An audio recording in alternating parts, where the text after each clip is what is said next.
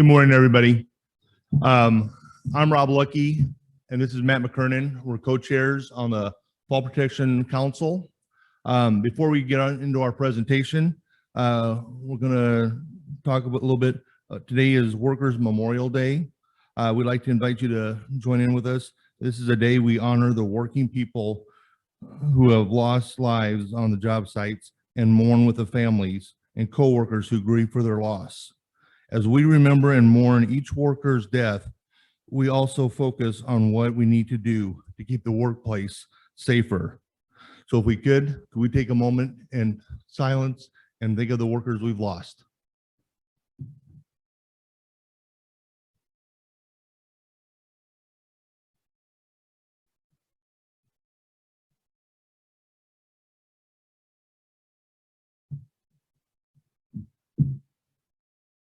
Thank you. Today, Matt and I are going to do a short presentation on tool tethering. It's something that's new in the industry. OSHA is not mandating it at this time, but it's becoming a bigger issue all the time. And so we were asked to talk about it. A lot of general contractors are requiring it. I'm on job sites, as Matt, and the general contractors a lot of times are requiring that the tools that the workers are using be tethered to their harnesses.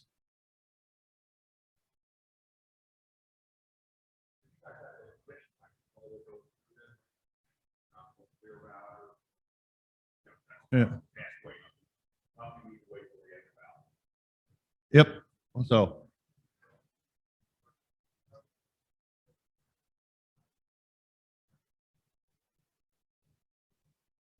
Okay. Everybody hear that?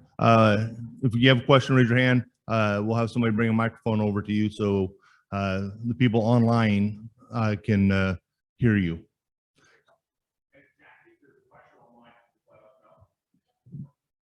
Okay. So just real quick on our agenda today, we're going to talk about tool tethering for dropped objects. We're going to go through the ANSI standard on it, talk a little bit about the examples, the ISEA 121 tool tethering posters that we have available, and then we're going to show you some of the equipment.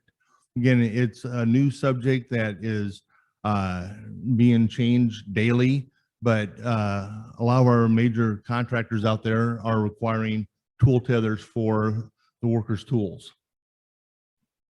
When we look at this, and I'm not going to read everything verbatim here, it might be a little bit of an eyesore, but we look at the dynamic drop, minimum of 3 drops within 5 minutes, and the conditioning of the samples, the hot, cold, ambient, and wet, test weight, we have the straps that are actually weighted, so there's different strengths to them.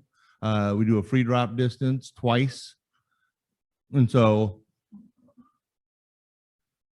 we look at the equipment.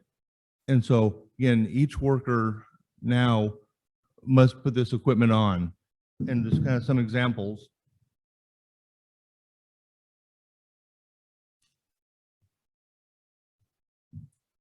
You'll see on here on this illustration, the gentleman will start putting on tool tethers, whether it be screwdrivers, hammers, power tools. Manufacturers now are making tool lanyards, is what we refer to them as.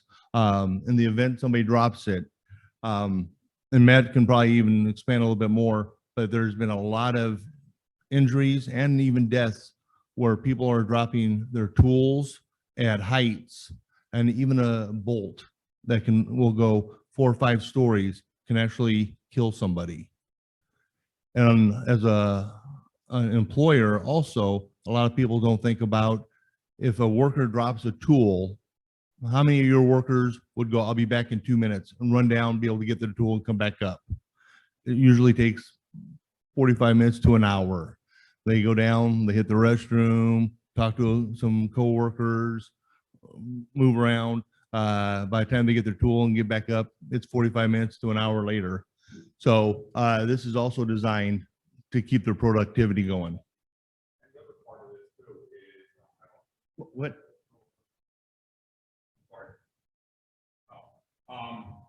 You know, and the other component of this too is, you know, damage to equipment, right? Part of our business.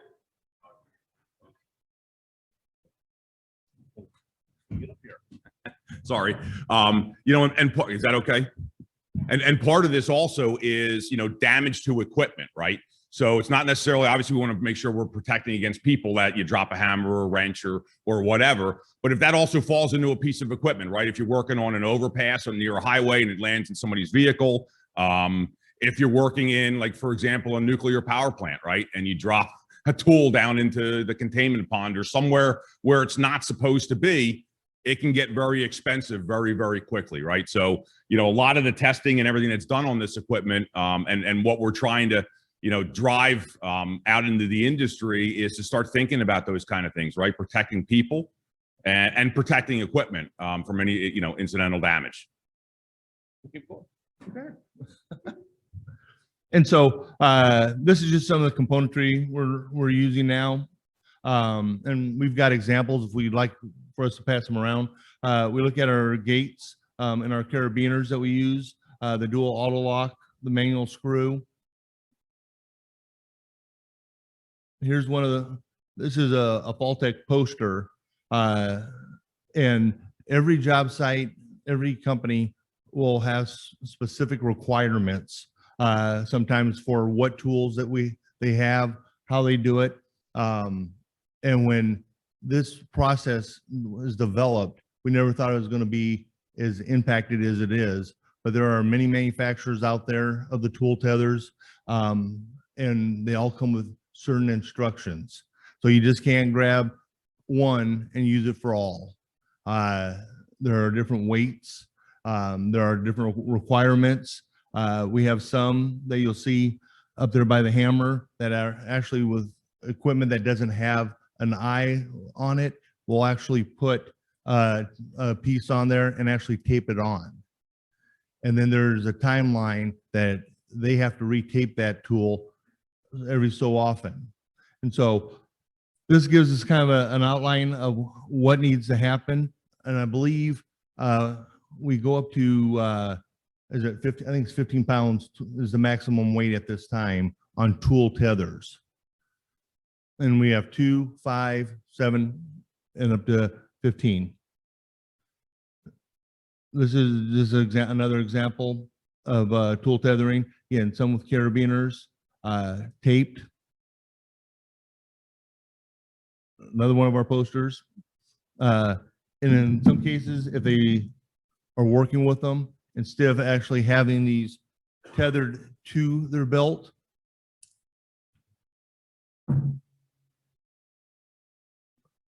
some people are going to what we call wrist anchors, and then they can clip in to each one of their tools, like you see here in number 5.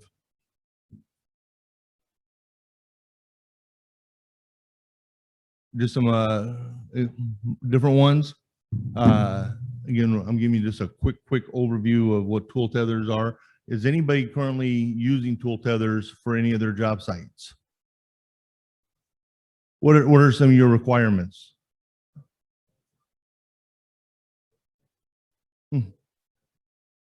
Yep.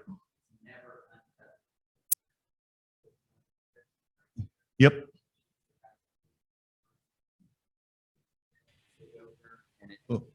Thanks. So we use the quick switch. I've made it a requirement for all of our people. Yeah, right there. And all of our erectors have to have them. They get 2 wrists bands that have the gate on it, and then the hammer and the ratchet both have them on there. And you click in. It's a short lanyard, so it's right next to your arm. It's never untethered. You never have a problem reaching up because the lanyard's too short. And then if they need to pass a tool, same thing. They just pass it, click from one person to the other, You don't have drop tools that way or anything. And so we've made that a solid requirement for all of our erectors.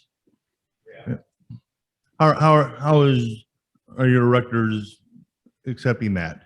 So they were a little standoffish at first when we showed it to them. By the end of the first day on the first job, they've fallen in love with them. They love it. Good. Anybody else?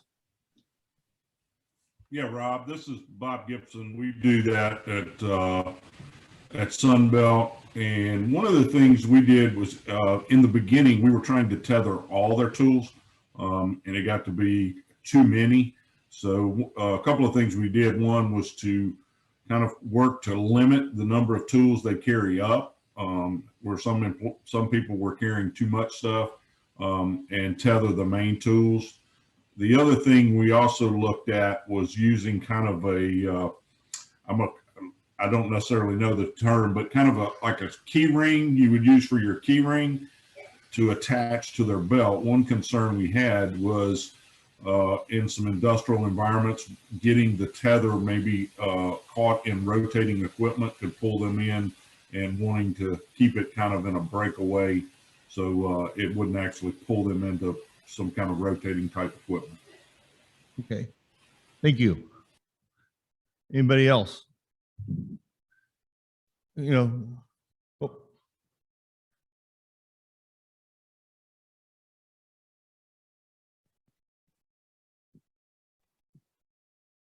Bob had mentioned the long lanyard possibly getting sucked into equipment. The system that Micah and that Matt is actually wearing right now, the beauty of that is the lanyards are just a few inches because you're tethered to your wrist.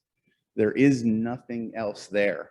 Exactly. When you put that tool in your tool pouch, it's a natural movement. Drop it in the pouch to slide your wrist across one of the catches that just removes it and attaches it to the tool pouch or to your belt. And there are no lanyards hanging. Everything is short. And that system is the best for anybody working over machinery. Our one job that we use that on is a US gypsum drywall plant, and it's 150 foot long conveyor belt. We have to work over top of it and they won't shut it down. So it's a nerve-wracking job to say the least, but there's nothing hanging down Right. over top of that when using the quick switch or the proto skyhook. Is there any on the market that have retractable lanyards? There are actually, I don't think, do you have one, Matt? There are a few retractables out there. I know a lot of the manufacturers are looking to make small retractables, but for the most part, again, this is the infant stages of lanyards now, or tool tethers. And so I could probably see the next 3 to 5 years, we probably will have a lot more small retractables going on to the equipment. Good question. Yeah.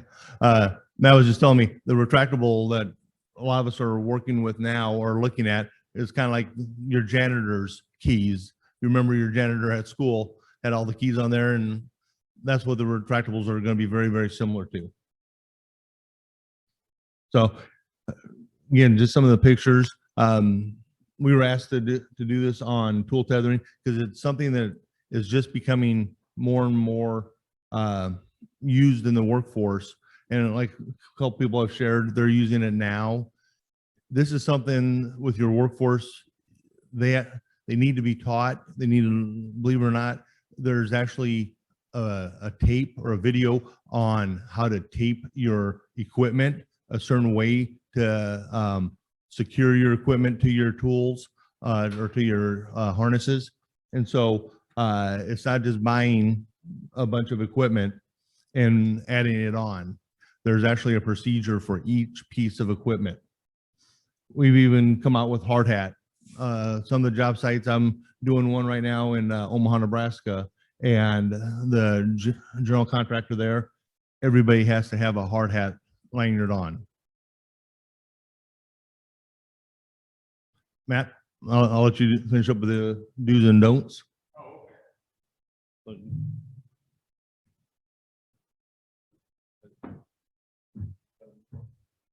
What's that?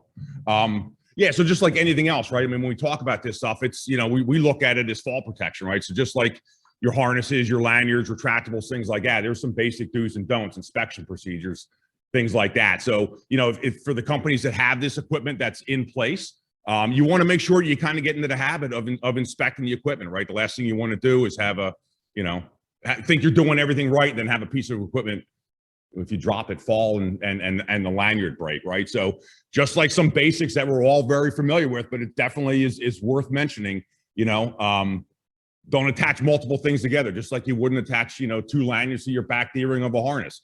Don't attach a couple of these things to the same connecting point. Don't wrap around sharp, rough edges, use knives around some, you know, some basic stuff like that. But as we're starting to implement this and seeing this more and more out on job sites, we want to make sure that we're getting into the habit of having the guys inspect, you know, basically inspect the equipment as well, right? I mean, it's a piece of tool, piece of equipment that they're using, right? And don't exceed the maximum load capacity. I mean, it sounds pretty simple, but I you know, just like, you know, like Robin mentioned, we're out on job sites walking around and you see guys taking a lanyard that's designed for 5 pounds and then he got it hooked to a 20-pound, you know, hammer drill or whatever, right? I mean, it's, you know, it's not going to do a whole lot of good for you, right? We do make some tool lanyards that are designed for 40 and 80-pound rating. Obviously, you're not going to hook them to you, but if you're going to attach them to something, you want to make sure that what you've attached that to, you know, if it slips, it's going to catch it, right? So there's some thinking that needs to go into it, just like everything else, right? How do you move this? Oh, all right. So, you know, basic do's, right? Check for wear or damage. You know, store these things well. The better you take care of them, the better they're going to last, and the better they're going to perform for you, right? And then follow all labels and warnings. What Rob had mentioned earlier, you know, at the first slide that we had up there, is the ANSI testing and testing guidelines for us as manufacturers when we're building this stuff. You know, we have some pretty stringent rules and regulations that we need to follow to make sure everything's ANSI certified. And although OSHA really hasn't adopted anything out in the job site, it's probably coming down the road pretty soon. I don't know about pretty soon, but it's coming down the road. But we want to make sure, just like everything else, we're following all the rules and regulations, right? And understanding what it is that we're using. So, and this is just like an example of an incident report kind of thing that we have, you know, because when you evaluate, you know, just like anything else, when you do an evaluation of, I guess the level of severity of a potential incident, you know, just like everything else, right? What's the weight? How high are you working, right? I mean, if you're only dropping it 2 feet, it's not going to be a big deal. But if you're in 60 feet over an overpass or something like that, it could be a bigger incident, right? So some basic information that's out there, right? You drop a 3-pound tool, 20 feet, pretty major incident, right? That's going to cause some damage if it hits something. I was on a job site well, a few years ago now, and a welder had dropped a pack of rod, 22 stories, landed on top of a compressor. It made a loud boom. It caused a really big dent, and thankfully didn't hit anybody, but, you know, went through the debris netting and just kind of found its way through. So it caused a chain reaction. How come the debris netting wasn't inspected properly? How did that thing fall in the first place? Stuff like that. So those are all things that we want to be thinking about, you know, when we're out there evaluating things, right? We've all heard some of the horror stories of guys getting hit by tape measures falling and, you know, things like that. I mean, it's, you know, they're out there. So $5 in the kitty. Yeah. And then there's some basic information, right? I think it's, you know, as you do some homework, as you know, if you have either, you know, GCs that you're working for out on job sites, or things that, you know, if you want to start implementing a program like this into your work practices, some real good information out here from the ISEA, ANSI, drops online. Obviously, Rob and I will have some stuff up on the SAIA website. We'll get that posted up, this presentation, along with some of these links after this week's meeting. You know, reach out with any questions or concerns, or, you know, help needed. That's kind of what we're here for. All right.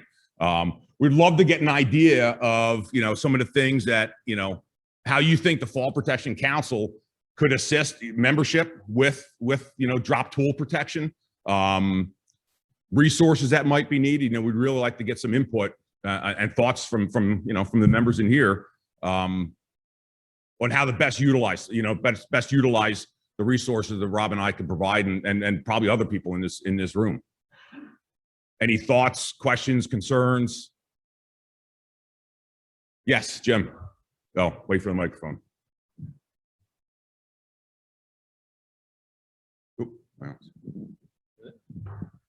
Just as a suggestion, when you're talking about these tethers, one of the ideas for convention, if you're talking about demonstration, you just talked about the damage that occur from heights.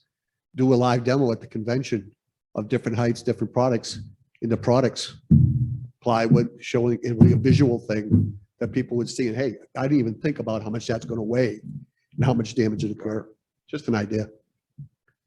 Well, that would be good. Would actually hosting or for Cleveland, would doing like a tool tethering class, would that be good? Because anybody who's implementing it, that's what we walk our workers through, and we can definitely do that. And then can also come up with some good examples of equipment that's been damaged from the drops, and maybe we work on doing maybe a live demo or something. Good idea, Jim. Somebody else had to raise their hand.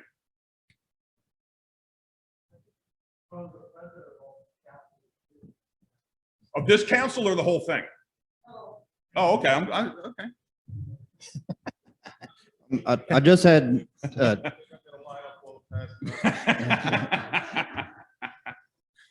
I just had two comments. One, when we implemented on the last site I was at, we had 4 pretty significant dropped objects, and just the amount of money we spent in incident investigations, from man hours that it took taking the employees out of the field and management, and not even counting the clients' hours, it more than paid for implementing this dropped object prevention for a site of over 300 people. So it paid for itself just eliminating a couple incidents. The other part is I think it's important to remember this is just one piece of the dropped object prevention program. You know, be sure that you cover open holes. You know, there's netting. There's different things that can be done, but this is just one of the major pieces. Just don't forget about everything else. And then we had a dropped object prevention or board on a turnaround, and you know, it was kind of interesting to see what ended up on the board at the end of the turnaround. There was fire extinguishers, scaffold boards, large bolts, hard hats. There was everything but people on the board by the end of the turnaround, just besides the tools that we figured would be on there. So there was a board, like a sheet of plywood or whatever you had hanging up on the job site that, hey, this fell down, this fell, this. Yeah, right outside the lunch tent, we just had Yeah. a big board, and everything that had been dropped for the turnaround ended up on the board. They didn't put the names of the people that dropped it, Right. but you know, because there's a lot of other contractors that were there, and sometimes as a contractor, you know what happens within your company. You don't necessarily know what happens outside from your small circle. But it's pretty eye-opening when you start seeing what showed up on the board at the end of the day, and the potential for serious injuries or even fatalities.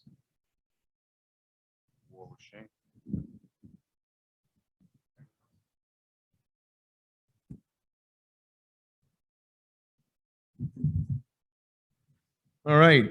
And so, in conclusion here, thanks for everybody's input. Again, this was just kind of a quick overview of what's, as manufacturers, we're coming out with, and what the industry's leaning towards. You know, with what Jim said, maybe would everybody like maybe for Cleveland for us to have maybe a tethering class, and along with the demonstration on some drop tool demonstrations? I'll answer for him. Yes. All right, the president has spoken, so that's what we'll work on. Any other questions? Any other things that the Fall Protection Council, any other areas you'd like us to look at for any more presentations or anything else that we could put on the SAIA website? Is everybody still awake? Who stayed out too late last night? Okay. Well, we greatly appreciate your time. It's great seeing everybody, and we will see you at the Rock and Roll Hall of Fame in Cleveland. So thank you, everybody. Gentlemen.